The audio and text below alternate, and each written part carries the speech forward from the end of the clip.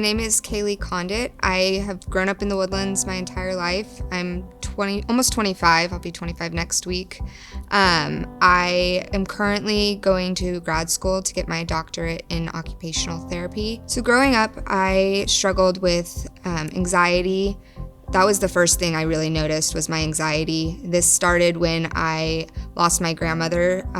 She died when I was in first grade, so my academics started struggling and my social life as well. I had a hard time communicating with my peers, and they actually wanted to hold me back in first grade because of the struggles I was going through. I was falling behind in school, and then this carried on. I went to a private school afterwards because my parents didn't want to hold me back. So the private school helped me work through some of the problems I was going through with my anxiety. And then I went to public school after that and had some trouble making friends because I had social anxiety, which was really hard being the new person in school. And then making new friends has always been something that I struggle with because I have kind of a fear that people aren't going to like me. I always have that voice in my head that I'm being too annoying, which I know is pretty common with people with anxiety. And then going into high school, I struggled with some bullying, which only made my anxiety worse my freshman year.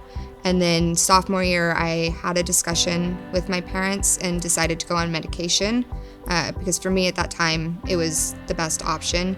And that really helped me to kind of come out of my shell, learn how to make friends, and learn how to manage my anxiety so that I wasn't having panic attacks all the time. My depression started probably my sophomore year of college, sophomore or junior.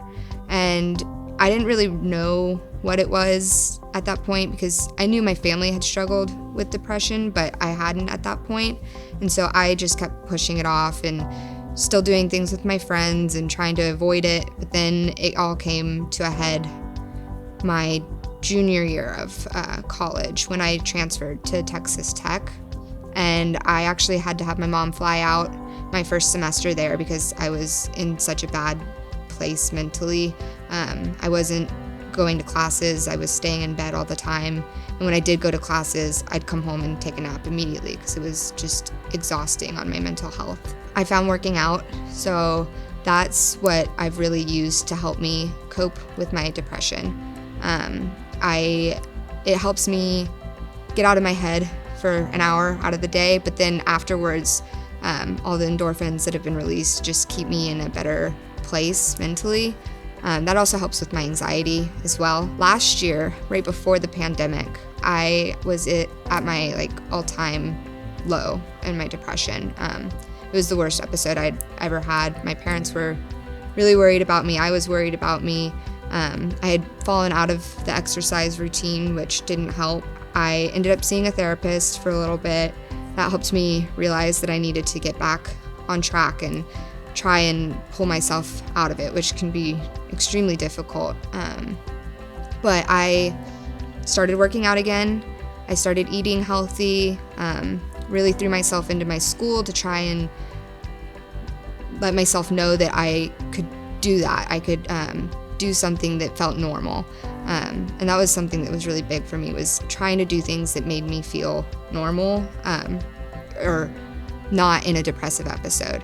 So I would do things like my painting, and I would focus on school, and that was what I used to do to get through it. And I actually, through the COVID quarantine, I worked out, I kept working out, and I focused on my online school, and I was able to actually pull myself out of that really, really deep depression, which felt weird because we were in the pandemic and it felt like I should have been more upset and regressing, but it actually gave me time to focus on myself instead of everything out there, and it helped me to grow mentally and get me to a place that I'm now in grad school, and I'm doing really well with my working out, and I'm eating super healthy, which has really helped keep that going. I think for me with depression, looking back, I don't know that there was exactly a moment that just brought me to that deep depression. I think it was a lot of things over time. Just not taking care of myself physically also. I think really, for me, that was a big thing. I grew up doing dancing, which I think helped keep me from ever getting into those deep depressions when I was younger. And so for me, keeping myself physically healthy keeps me mentally healthy. So I think that for anyone is finding what you can do to make yourself feel better. So for me, it's the working out and eating healthy, but for other people, it's photography or going out with friends or focusing on school. So I think finding what helps you get out of it is what is important. A lot of times you don't know what causes it. It just happens. So there can be things that cause it. Sometimes if I'm having a really stressful week, I'll find myself feeling more depressed than I was like a month ago. But I think that, at least for me, my personal experience is all of a sudden I can kind of feel it coming, but there's not much I can do to stop it once it's started. And I think that's, for me, how it's been throughout my life. I think my generation is struggling with depression and anxiety for a few reasons. One, social media. Seeing these perfect lives portrayed on social media is really detrimental to people that are in the developing stages, but also past the developing stages, because we think that our lives have to be perfect and follow this cookie cutter plan for us, but that's not the reality. Life is messy and you have to follow your own path that God has put in front of you. And I think that's what people forget, is that everybody has their own struggles, and we're not going to post our struggles online. I try to, because I want to show people that there are people out there that are also struggling, and not everything is happy and perfect. Growing up in the Woodlands, a lot of times it felt like we had to be perfect, and you had to get into college and you had to get into a career. And I think that probably placed some anxiety on people, and it may be like that all over, where you feel like you have to get into the next level to be successful.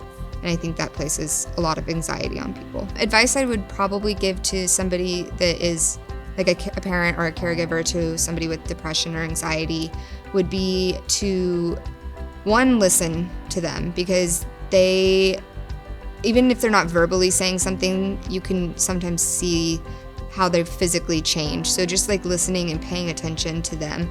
And then having a discussion about it. If you know that there's somebody that struggles with it, if you talk beforehand and come up with, like, when they're not in a depressive episode, come up with like a plan. This is actually something the therapist I talked to said, have like a 1 to 5 scale.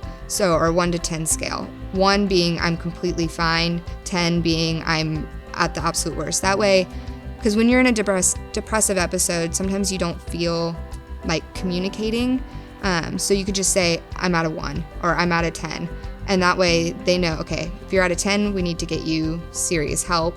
If you're at a 5, you're going to be able to work through this on your own, but to give me my space and I'll be able to get through that.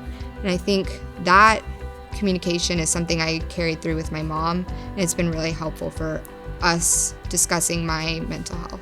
The depressive episodes I went through, the one last year, lasted probably about 2 months, and 2 months of actual deep in it. And then there was the time after that I was still struggling, but I was starting to come out of it and feeling better.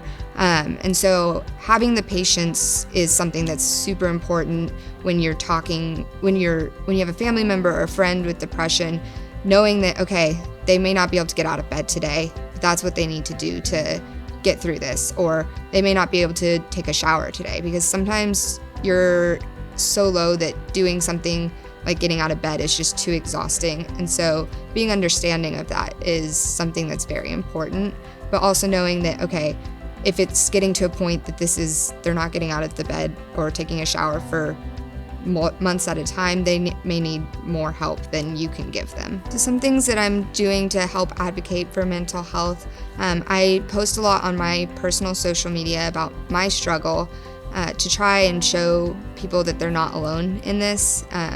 It helps me feel better getting my anxiety out and just getting it out of my head and onto something. But then I've had people reach out to me from my posts in private messages saying that they really didn't even know that other people struggled this hard, or that they've been struggling with it for a long time and didn't know who to reach out to. So I like to be there for other people that are struggling with it if they need just somebody to talk to.